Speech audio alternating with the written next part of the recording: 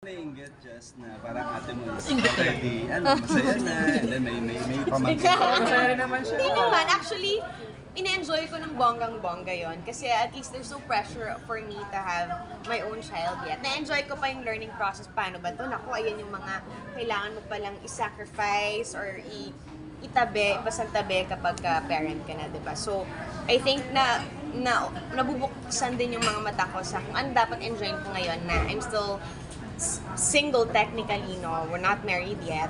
And wala pang kids. So, dito muna tayo sa mga pets. Yung mga pwedeng kontrolin kung kailan kakain, diba? Hindi mga magangawa na gutom na ako. Kamusta ka bilang tita? I think I'm a fun tita. Pero kung tutuusin talaga, ang mas na-enjoy makasama ng pamangkin ko is si Jeff more than me.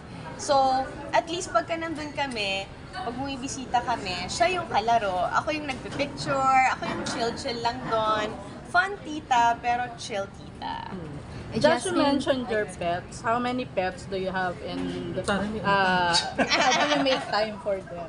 I have 3 pets, 2 dogs and a cat. And wala talaga intentional every day. If you have to wake up earlier to walk them, to feed them.